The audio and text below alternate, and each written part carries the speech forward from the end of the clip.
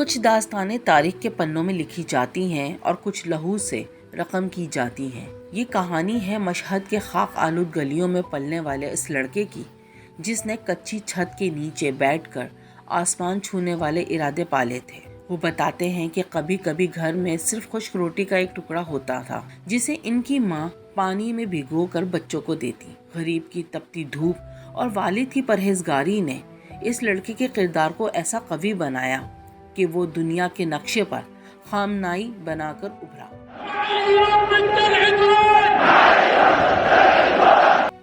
جوانی میں قدم رکھتے ہی انہوں نے شاہ کے جبر کو للکارا اور سواق کے ٹارچر سیلوں میں برسوں گزارے۔ 6 بار قید ہوئی، جلا وطن ہوئے، مگر ہر بار ان کی آنکھوں میں انقلاب کی چمک تیز تر ہوتی گئی۔ پھر 27 جون 1981 کا وہ دھماکہ جس نے ان کے جسم کو چھلنی کر دیا اور دایاں ہاتھ ہمیشہ کے لیے ساکت ہو گیا۔ لیکن قدرت کو کچھ اور ہی منظور تھا۔ وہ اس معذور ہاتھ کے ساتھ واپس آئے جو ان کی قربانی کا زندہ گواہ تھا۔ عالمی ماہرین تسلیم کرتے ہیں کہ ایران کے پاس 70% سے زائد ایٹمی صلاحیت موجود ہے۔ وہ محض ایک ہفتے میں کیمیائی یا ایٹمی ہتھیار تیار کرنے کی قوت رکھتا ہے، مگر اس ایٹمی جنون کے سامنے دہائیوں سے خامنائی کا وہ تاریخی فتویٰ ایک ناقابل تسخیر دیوار بن کر کھڑا رہا۔ انہوں نے بارہا کہا کہ ایرانی ایٹمی ہتھیار نہیں بنائے گا کیونکہ یہ انسانیت کے خلاف ہے۔ وہ ایک ایسی آواز تھے جنہوں نے بے پناہ طاقت کے باوجود اخلاقی حدود کو مقدم رکھا۔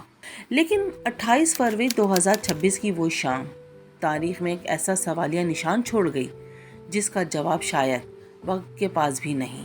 اس دن رونما ہونے والے واقعات اور ان کی شہادت کے بعد اب یہ خدشہ ظاہر کیا جا رہا ہے کہ واشنگٹن کی اپنی پالیسیاں خود اس کے خلاف الٹی ہو سکتی ہیں۔ ایران کو ایٹمی ہتھیاروں کی تیاری سے باز رکھنے والا تو اس جہاں سے کوچ کر گیا، جس کے بعد ایران کو انتہائی اقدام سے روکنا مشکل ہوگا۔ CNN کی حالیہ سروے نے اس تذبذب کو مزید واضح کر دیا ہے۔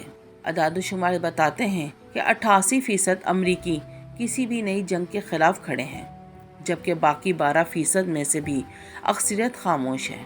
یہ صورتحال بتاتی ہے کہ طاقت کا وہ غرور جو کبھی ناقابل شکست تھا، اب عوامی سطح پر دم توڑ رہا ہے۔ خامنائی نامی وہ اخلاقی دیوار راستے میں نہیں رہی تو ماہرین اس خدشے کا اظہار کر رہے ہیں کہ شاید وہ بند ٹوٹ جائے جو ایٹمی ہتھیاروں کے حصول کے جنون کو روکے ہوئے تھا۔